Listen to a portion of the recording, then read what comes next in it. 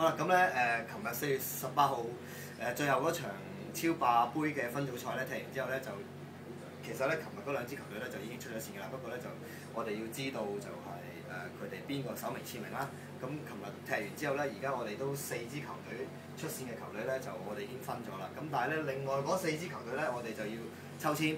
咁咧就係超聯被淘汰嗰4支球隊咧，就跌咗落嚟踢超霸嘅。咁我哋咧而家咧就係、超霸杯嘅首名球隊咧，就會對超聯第4名嘅球隊啦，而超霸杯次名嘅球隊咧，就會對住咧就係呢個超聯咧就第3名嘅球隊嘅。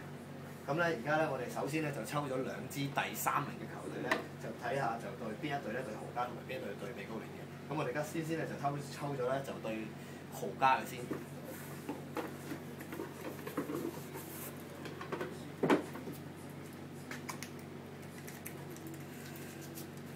咁咧豪家咧就將會咧就對騎師嘅。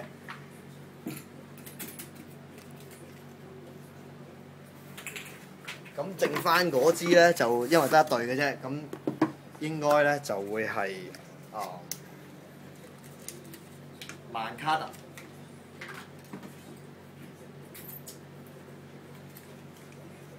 曼卡特咧，就會對美高聯嘅，係啦。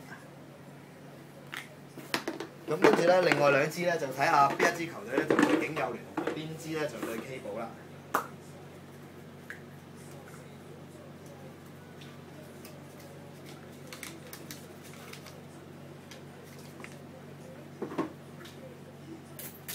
咁咧，景佑聯咧就將會咧就對住希臘嘅。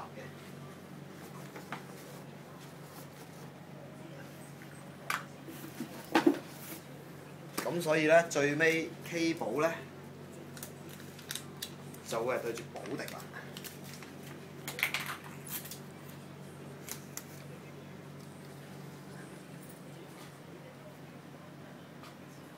好啦，咁呢條片咧就好快脆咧就會喺 YouTube 就睇到嘅，咁而咧亦都會即時咧就 update 翻喺個網頁嗰度啦。